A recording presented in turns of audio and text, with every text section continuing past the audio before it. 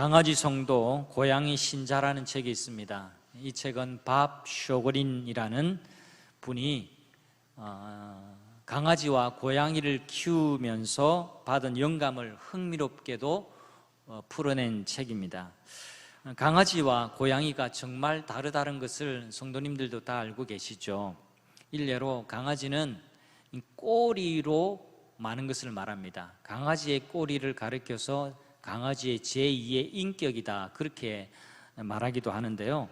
아무튼 꼬리가 많은 것을 말해줘요. 그런데 고양이는요, 세상에 꼬리를 흔드는 법이 없습니다. 책의 한 대목을 여러분에게 좀 소개를 해드릴까 합니다. 지연이는 이렇게 말합니다. 강아지는 꼬리를 흔들면서 이렇게 말한다.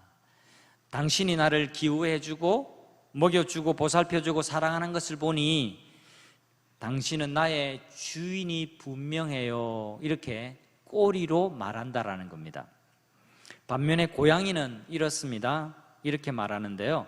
당신이 나를 기여해주고 먹여주고 보살펴주고 사랑해주는 것을 보니까 내가 주인이고 당신이 내 집사인 게 분명해요.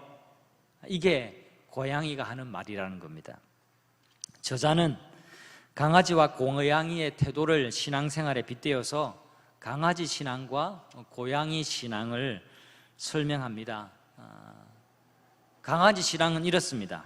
주인님, 당신은 나를 사랑하고 또 내게 풍성한 복을 주시고 나를 위해서 생명까지도 주셨죠. 당신은 나의 하나님이심이 분명합니다. 이렇게 강아지 신앙은 말해요. 반대로 고양이 신앙은 이렇습니다.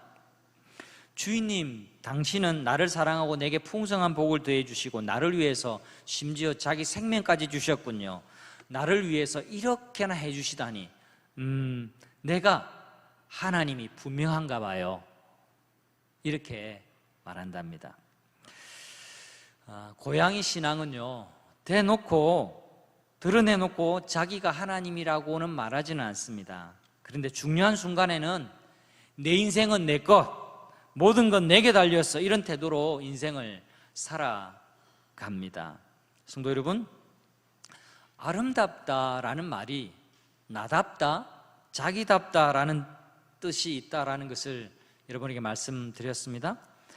하나님을 하나님으로 인정하고 나는 나의 자리를 찾아가는 것, 그것이 아름다운 신앙생활의 모습입니다.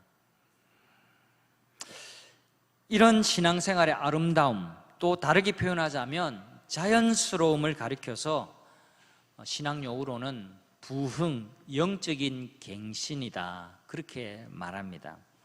느헤미야는요, 성벽이 재건됨과 동시에 백성들의 심령에 영적 성벽이 세워지기를 간절히 소망했습니다. 바로 느헤미야 8장에서 백성들의 심령에 영적인 성벽이 세워지는 이야기를 우리에게 전해주고 있습니다. 여러분, 어떻게 해서 이렇게 놀라운 변화, 어떻게 해서 이렇게 놀라운 부흥, 또 영적인 갱신의 사건이 일어났는가를 주목해 볼 필요가 있습니다. 오늘 함께 그것을 살펴보겠습니다. 첫 번째로, 참된 부흥의 기초는 한 사람부터 시작된다라는 것을 우리에게 말씀은 보여주고 있습니다. 여러분, 오늘 본문을 우리가 읽었습니다만 예루살렘 백성들이 하나님의 말씀 앞에 굴복하고 눈물을 흘리면서 수문 앞 광장에 모였습니다. 도대체 이 놀라운 영적인 부흥의 사건은 도대체 어디로부터, 누구에게서부터 시작되었을까요? 그 실마리를 찾아보는 것이 굉장히 중요합니다. 여러분, 나비 효과라는 말을 들어보셨을 겁니다. 이 말은 1961년 미국의 에드워드 로렌츠라는 사람이 기상을 관측하다가 생각해낸 말입니다. 한마디로 브라질의 정글에 있는 한 마리의 나비의 날개짓이 저 멀리 떨어진 미국의 텍사스의 거대한 폭풍을 일으킬 수 있다라는 이론입니다. 이 이론이 이제는 기상 관측에만 사용되는 것이 아니라 많은 사회적 현상을 설명하는데도 이 나비 효과라는 말이 많이 쓰이기도 합니다. 한 번 더 상상력을 동원해서 여러분에게 나비 효과를 설명해 드리면 이렇습니다. 로렌츠라는 분은 이렇게 이야기를 풀었습니다. 브라질 아마존 정글에 있는 한 마리 나비가 날개짓을 하면서 이렇게 날기 시작했습니다. 나비가 날개짓을 하자 나비에게 묻어있던 꽃가루가 날려서 옆에서 바나나를 먹던 원숭이 등에 자극을 줍니다. 그 꽃가루가 등에 묻히게 되자 원숭이는 간지러워서 야자나무에 등을 긁기 시작을 하고 막 등을 긁어대니까 야자나무를 흔들게 됩니다. 이 야자나무의 열매가 떨어지게 되는데 떨어진 야자나무가 언덕에 있던 돌들에게 충격을 주고 그 돌들이 와르르 하고 움직여서 순식간에 산사태가 일어나게 되어졌죠. 이 산사태로 하천이 막히고 물이 범람을 하게 됩니다. 그 영향으로 분화구의 가스가 방출되지 못하고 가중된 압력이 이 분화구가 아니라 바다에서 폭발하게 되는데 이 바다에서 폭발한 이 폭발이 기상에 영향을 주게 되고 결국 이것이 거대한 폭풍을 만들어서 텍사스에 가서 크게 텍사스를 피해를 주게 된다라는 이런 가상의 이야기를 만든 것이 바로 나비의 효과라는 겁니다. 한마디로 나비의 작은 날개짓이 거대한 폭풍을 몰고 온다라는 것을 가상의 이야기로 설명한 것이죠. 핵심은 다른 게 아닙니다. 핵심은 작은 변화가 결과적으로 엄청난 변화를 초래할 수 있다라는 주장을 이렇게 상상력을 동원해서 풀어서 길게 설명한 것에 불과합니다. 여러분, 느헤미야 한 사람의 영적인 갱신은요, 나비 효과의 출발이었습니다. 이 나비 효과가 신앙생활에도 그대로 나타나게 되는 겁니다. 나 한 사람은 아주 작지만 폭풍과 같은 거대한 결과와 영향력을 줄 수 있다는 것이죠. 그래서 이 나비 효과의 그 출발점이 되는 느헤미야를 오늘 우리 8장에서 발견할 수가 있는 겁니다. 이런 8장에서 펼쳐지고 있는 이 부흥 이야기는요, 아주 멀리 떨어진, 그러니까 1400km나 떨어진 페르시아 수산궁에서 공무원 생활을 하던 느헤미야 한 사람에게서부터 출발되어졌다라는 것을 기억하는 것이 매우 중요합니다. 그것도 수산궁에서 평소와 다름없이 살고 있었는데 자기 형제 하나니가 예루살렘을 다녀와서 예루살렘의 성문은 불타 없어지고 성벽이 와르르 다 무너진 채 오랜 기간 동안 방치해져 있는 그 비참한 상황을 보고 돌아와서 얘기를 나누는 그 사건으로부터 이 놀라운 이야기가 펼쳐지게 되는 겁니다. 아주 작은 사건이었습니다.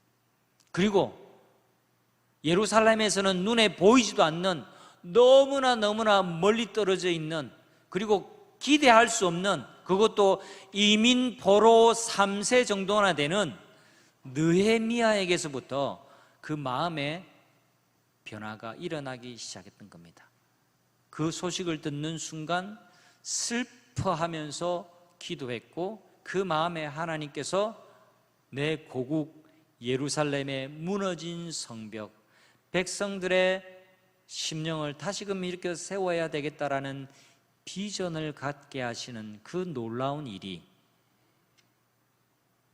그 작은 일이 오늘 느헤미야 8장에 예루살렘 성에 수많은 백성들이 모여서 말씀 앞에서 놀라운 부흥을 경험하는 일로 이어지게 된 겁니다. 성도 여러분, 느헤미야 한 사람에게서부터 시작된 영적 부흥을 성벽을 함께 세웠던 백성들도 느끼게 되었습니다. 여러분, 1절 말씀 우리 화면을 보시고 함께 보실까요? 1절에 이렇게 기록하고 있습니다. 모든 백성이 일제히 수문 앞 광장에 모여서 학사 에스라에게 여호와께서 이스라엘에게 명령하신 모세 율법책을 가져오기를 청하매. 다시 한번 합심해서 읽어보겠습니다. 함께합니다. 모든 백성이 일제히 수문 앞 광장에 모여 학사 에스라에게 여호와께서 이스라엘에게 명령하신 모세 율법책을 가져오기를 청하매. 여러분, 온 백성들이 한 마음으로 일어나서 에스라에게 율법책을 가져오시기를 청하고 있습니다. 왜요? 하나님의 말씀이 듣고 싶어서, 하나님 말씀으로 되돌아가야 된다라는 그 깊은 내적인 깨달음이 그들 속에 일어났기 때문에 그렇습니다. 이 깊은 내적인 깨달음이 어디로부터, 누구로부터 왔다고요? 느헤미야 그 한 사람으로부터 오게 된 겁니다. 느헤미야 그 한 사람의 작은 날개짓이 거대한 영적인 변혁을 이스라엘의 공동체에 일으키고 있다라는 겁니다. 성도 여러분, 한 사람의 변화가 중요합니다. 가족 중에 한 사람이 진짜 은혜를 받고 부흥을 경험하면 그 경험이 또 다른 가족에게로 전달될 가능성이 매우 높습니다. 한 사람의 변화는 한 사람으로 그치지 않고 또 다른 변화의 연결점이 됩니다. 여러분, 내가 변화야 다른 사람이 변합니다. 오늘 오후에 우리 청년부 수련회가 될 건데요, 여러분 가운데 청년부에 자녀를 두신 분도 계시겠고 또 자녀가 아닌 분도 계시겠지만, 여러분 오늘 청년회를 위해서 간절한 마음으로 기도해 주시고 마음으로 응원해 주시고 격려해 주시기를 부탁드립니다. 여러분, 우리 청년들이 은혜를 받으면 교회가 변화될 줄 믿습니다. 내가 먼저 은혜를 받는 게 중요해요. 그래서 청년부는 청년부 따로 떨어진 섬이 아니라 우리 교회인 것입니다. 청년의 속에 놀라운 영적인 부흥의 역사가 일어나기 시작하면 우리 온 교회, 동부산 교회에 놀라운 부흥의 역사가 함께 일어나게 되어 있는 겁니다. 우리가 왜 여름 성경학교를 소중하게 여기고 중고등부 수련회를 이렇게 애써서 기억하고 기도해야만 합니까? 우리 다음 세대가 영적으로 갱신이 되면 우리 온 교회에 소망이 생기기 때문에 그렇습니다. 여러분, 거울 뉴런 현상이라는 게 있습니다. 영어로 말하면 미러 뉴런 이펙트라고 할 수 있는데요, 거울 뉴런은 자극이나 흥분을 수용하고 전달하는 신경세포를 일컫습니다. 신경세포인 뉴런이 다른 누군가에게로 전이되는 현상을 이렇게 보는 거울 뉴런 현상이라고 설명하는 겁니다. 좀 말이 좀 어렵기는 하지만 그렇게 어려운 내용은 아닙니다. 예를 들어 볼게요. 여러분, 영화나 드라마를 보면서 주인공에게 감정이 이입돼서 나도 모르게 감정적으로 따라하게 되는 경우가 있죠. 그래서 우리 어머니들 드라마 보면서 막 욕하시잖아요. 막 화도 내고. 그래요, 안 그래요? 안 그런 척하고 계시지만 그렇잖아요. 네. 또 주인공이 잘 되면 기분이 좋아지고, 그렇죠? 막 마음에 갈등이 해소가 되고, 그렇죠. 네. 그게 일종의 거울 뉴런 현상입니다. 또 이런 게 있어요. 여러분, 요즘 먹방을 왜 보나 싶은데 먹방이 매우 인기입니다. 텔레비전에도 그렇고 유튜브에도 그렇고 먹방을 하는 사람들이 굉장히 많아요. 저도 가끔씩 밥 먹을 때 무슨 녀석들이라는 먹방을 가끔 휴대폰으로 보기도 합니다. 근데 재밌어요. 근데 왜 사람들이 그걸 볼까요? 그게 왜 그렇게 인기를 얻을까요? 역시 거울 뉴런 현상으로 설명할 수가 있습니다. 내가 직접 먹는 건 아니지만 먹는 그 사람, 맛있게 먹고 많이 먹고 또 신기한 거 먹고 또 새롭게 만들어 먹고 하는 그런 것들을 보면서 대리만족을 얻게 되는 거죠. 그러면서 그 사람이 느끼는 그것을 내가 이렇게 같은 느낌으로 느껴지고 또 간접 경험을 하게 된다라는 겁니다. 다 거울 뉴런 현상으로 설명할 수 있는 대목들입니다. 느헤미야는 예루살렘 백성들의 영적인 거울 뉴런 현상의 출발점이 되었습니다. 제사장 에스라가 율법의 말씀을 읽을 때에 여러분 상상해 보십시오. 강단 앞에 제일 앞에 서서 누가 제일 앞에서 말씀을 들었을까요? 그 말씀을 듣고 백성들이 지금 눈물을 흘리고 회개를 하고 있는데 누가 제일 앞에 서서 눈물을 흘리고 있었을까요? 아마 제일 앞에 느헤미야가 자리 잡고 있었을 것이라고 생각합니다. 백성들은 은혜 받는 리더의 모습을 보면서 거울 뉴런 현상을 경험하지 않을 수가 없었습니다. 부흥은 그래서 한 사람부터입니다. 한번 따라해 주시면 좋겠습니다. 내가 은혜 받으면 우리가 은혜 받습니다. 그렇습니다, 여러분. 내가 은혜 받을 때에 우리 모두가 은혜 받는 겁니다. 하나님께서 교회를 섬기도록 목사와 장로들을 세우셨습니다. 우리 장로님들 잘 들어주십시오. 또 장로님 아니신 분들도 잘 들으십시오. 여러분, 세움받은 사람이, 앞장서 있는 사람이 먼저 은혜를 받기 시작하면 그 교회의 영적인 기류가 달라질 줄 믿습니다. 그래서 모든 분들이 다 예배를 잘 드려야 하고 은혜를 많이 받아야 되지만 제일 먼저 앞장서서 은혜를 받고 충만하게 받아야 할 분이 목사요 장로라는 사실을 기억하시길 바랍니다.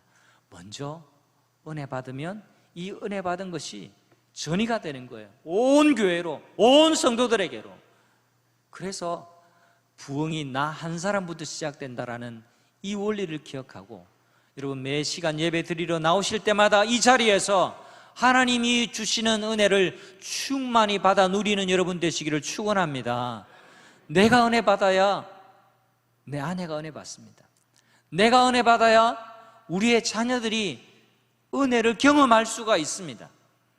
내가 너무너무 맹숭맹숭하게 은혜를 받은 것도 아니요 안 받은 것도 아니요 정말 미지근하게 그렇게 되돌아가면 우리의 자녀들의 영적인 삶도 그렇게 될 수밖에 없습니다. 여러분 예배 드리는 시간은 일주일에 1시간 혹은 2시간밖에 되지 않는데 나머지 많은 시간, 거의 모든 시간을 여러분이 가정에서 직장에서 시간을 보내실 텐데 여러분 주위에 있는 사람들이 여러분의 평소의 그 삶의 모습을 보면서 영향을 받지 않을 수가 없어요. 여러분의 은혜 받은 그 모습 그대로를 전이받고 거울 유ren 현상을 받아서 그 받은 은혜를 함께 누리게 되고 나도 은혜를 받게 되고 우리가 은혜를 받게 되는 놀라운 현상이 이어질 수밖에 없다는 것을 기억하시기를 바랍니다. 그래서 나 한 사람이 먼저 은혜를 받는 것이 이토록 중요한 겁니다. 내가 은혜 받으면 그래서 우리가 은혜를 받게 되는 겁니다. 두 번째 우리가 살펴볼 것은요, 참된 부흥은 말씀을 사모하는 마음에서부터 시작된다라는 사실입니다.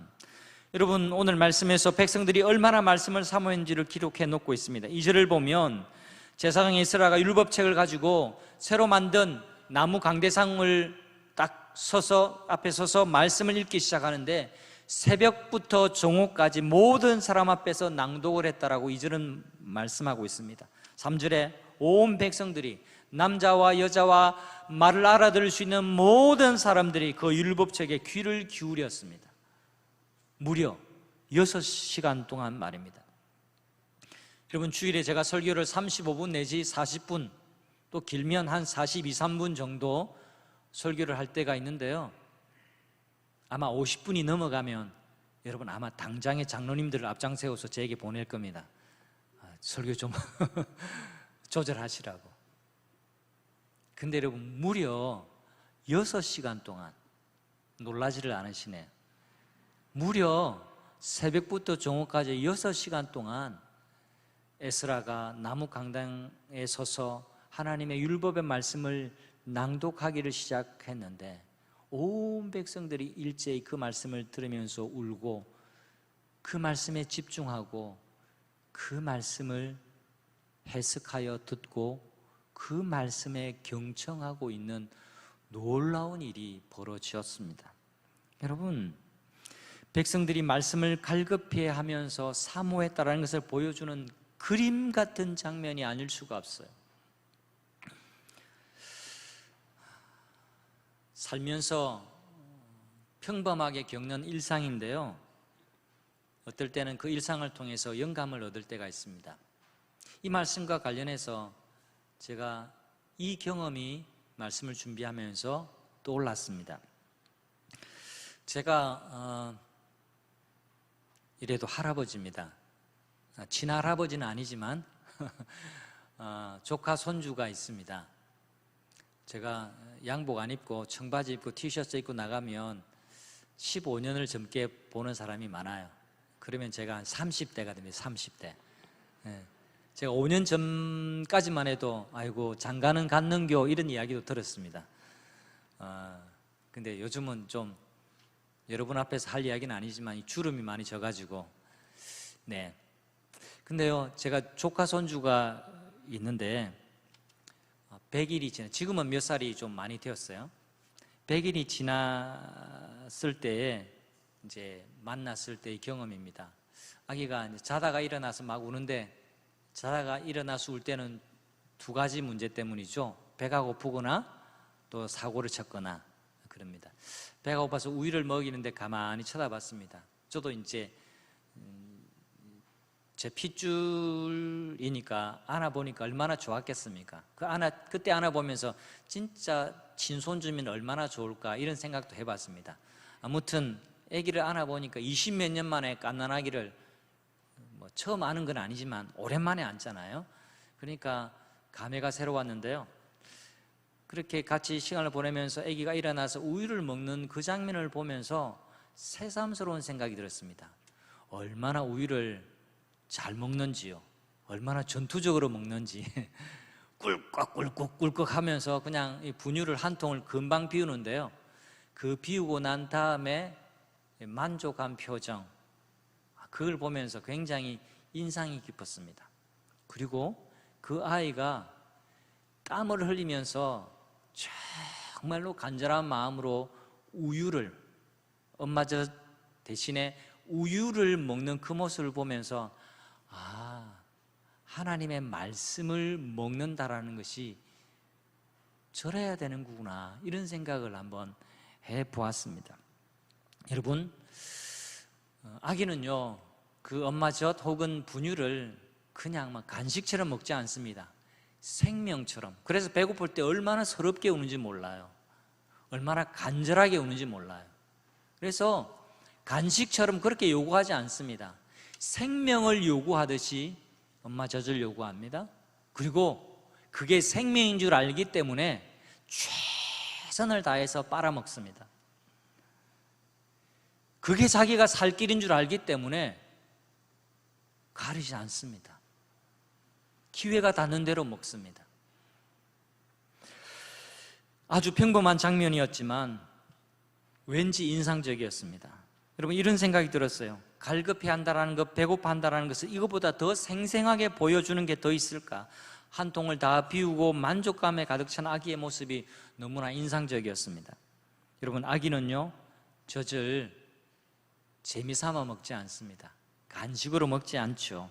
그것 없으면 말 그대로 배고파 죽는 줄 압니다. 말 그대로 생명이고 양식입니다. 여러분, 제가 왜 지금 이 이야기를 할까요? 말씀을 생명의 양식이라고 들어서는 알고 있지만, 문자적으로는 알고 있지만 정말 생명의 양식이라고는 믿지 않는 사람들이 많은 것 같습니다. 말씀은, 여러분 기억하십시오, 생명의 말씀입니다. 말씀은 진리입니다. 말씀은 등불입니다. 말씀은 방황하는 자들에게 길을 비춰주는 빛이 되십니다. 여러분, 시편 119편 105절 말씀 우리 다 함께 읽어볼까요? 주의 말씀은 같이 합니다. 주의 말씀은 내 발의 등이요 내 길의 빛입니다.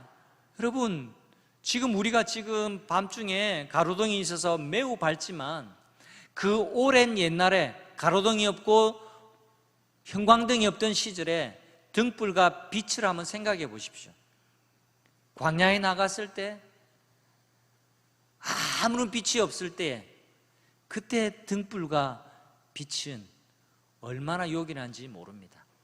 그것이 곧 생명의 줄과 같은 거예요. 주의 말씀은 내 발의 등이요 내 길의 빛입니다. 여러분, 이 말씀을 그냥 문자적으로만 받지 마시기를 바랍니다. 전인격적으로 받아들여 보세요. 여러분이 방황할 때, 여러분이 지금 혼란스러워할 때, 여러분이 헤매고 있을 그때에 오직 주님의 말씀만이 여러분의 갈 길을 비춰주는 등불이 되고 빛이 되신다라는 이 진리의 말씀을 여러분의 말씀으로 받아들이시기를 바랍니다. 오늘 8장에 있는 말씀처럼 아멘 아멘 하면서 하나님의 말씀을 받아들였던 이스라엘 백성들처럼 여러분의 마음속에 아멘 아멘 하고 이 말씀을 받아들일 수 있기를 간절히 바랍니다. 여러분, 예루살렘 백성들은 말씀 앞에서 진지하게 반응했습니다. 진실하게 응답했습니다. 그런데 오늘날은 어떻습니까? 이전보다 말씀을 듣기가 너무너무 수월해졌습니다. 너무 수월해졌기 때문에 이 소중한 말씀이 오히려 소중한 느낌이 덜해진 것인지도 모르겠습니다. 영국의 해안을 여행하던 어떤 여행객의 경험 이야기입니다. 영국 해안가를 여행하는 중에 해안에 많은 갈매기들이 모래사장에 뒤집어져서 누워 죽어 있는 것을 발견하게 되었어요.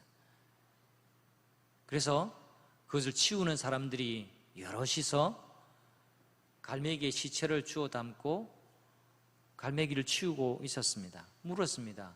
아니, 어떻게 하다가 이 많은 갈매기들이 죽게 되었죠? 이렇게 물으니까 그 갈매기의 시체를 치우는 분의 대답이 이랬습니다. 네, 이곳에는 많은 여행객들이 옵니다. 여행하는 사람들은 갈매기가 많은 것을 보고 먹이를 던져주죠. 갈매기들은 과자, 빵, 아이스크림 등을 여러 가지 맛있게 받아 먹게 됩니다. 그런데 놀라운 사실은 갈매기들이 그렇게 과자나 캔디를 받아 먹다 보면 자연 먹잇감에 대한 식욕을 잃어버리게 됩니다. 철이 지나고 또 여행객들의 발길이 끊어지면 갈매기들은 좋은 자연 음식 먹이가 바닷속에 그렇게도 많은데도 결국 갈매기들이 이처럼 굶어 죽게 된답니다. 여러분, 하늘 백성이 신령한 것에 대한 미각을 상실해버리면요, 하나님의 은혜가 별것 아닌 것처럼 느끼게 됩니다. 여러분 가운데 그런 분이 없기를 간절히 바랍니다. 하늘 양식에 대한 갈급함을 잃어버리게 되고 그 맛에 대한 감각을 잃어버리게 되면 세상에 귀 기울일 게 너무 많아지는 거예요. 세상에 맛볼 게 너무 많아지게 되는 겁니다. 그러면 진짜 하나님의 은혜가 무엇인지, 하늘의 신령한 것이 무엇인지에 대한 감각을 점점 더 잃어버릴 수 있다는 것이 우리에게 경고인 것입니다. 여러분, 그러다가 우리 모두가 다 영적으로 죽어가는 겁니다. 이것이 심각한 문제입니다. 성도 여러분, 부흥이 무엇이라고 생각하십니까? 무엇이 부흥입니까? 개인적으로 여러분이 직장에서 승진하고 사업이 잘 되고 이익을 많이 남기는 것이 여러분 인생의 부흥일까요? 아닙니다. 가정에서 여러분 자녀가 출세하고 또 집이 평수가 넓어지고 재산이 많아지는 것, 그것이 부흥일까요? 그렇지 않습니다. 교회적으로 숫자가 늘어나고 예산이 늘어나는 것, 그것이 부흥일까요? 네, 부흥의 일부분은 될 수 있지만 그것이 진정한 부흥이라고 말하기에는 너무너무나 부족합니다. 천만의 말씀입니다. 진정한 부흥은 영혼이 거듭나는 것입니다. 진정한 부흥은 생명의 말씀을 받아서 성도들이 그 말씀을 먹고 말씀대로 살게 되는 것이 부흥인 줄 믿습니다. 만약 말씀이 없어도 살아갈 수 있다고 생각한다면 여러분의 인생의 부흥은 일어날 수가 없습니다. 예수님이 이렇게 말씀하십니다. 사람이 떡으로만은 살 것이 아니요 하나님의 입에서부터 나오는 말씀으로 살 것이니라. 아멘이십니까? 하나님의 말씀에서부터 부흥은 시작된다라는 것을 기억하십시오. 세 번째로 우리가 살펴볼 것은요, 참된 부흥은 열매 맺는 삶으로 이어진다라는 사실입니다. 말씀을 들으면서 하나님의 말씀과 상관없이 살아가는 자신의 모습을 발견한 예루살렘 백성들은요, 회개하고 많이 울었습니다. 이때 느헤미야, 에스라 그리고 레위인들이 백성들에게 더 이상 울지 말라고 그렇게 권면을 하고 있습니다. 그것이 9절 말씀이에요. 그리고 10절에 이렇게 말씀합니다. 고기를 먹고 단 것을 마시라. 또 혹 준비하지 못한 사람들에게는 나누어 주라. 그렇게 이야기를 합니다. 그리고 12절에는 이렇게 기록합니다. 여러분 말씀을 이제 12절 말씀 함께 보겠습니다. 자, 모든 백성이 함께 합니다. 모든 백성이 곧 가서 먹고 마시며 나누어 주고 크게 즐거워하니 이는 그들이 그 읽어 들려준 말을 밝히 알미라. 밝히 안다, 깨달았다 이 말입니다. 여러분 오늘 제가 정말 주목해 보고 싶은 내용은요, 모든 백성이 가서 먹고 마셨습니다. 단 것도 먹었습니다. 그리고 나누어 주고 크게 즐거워했습니다.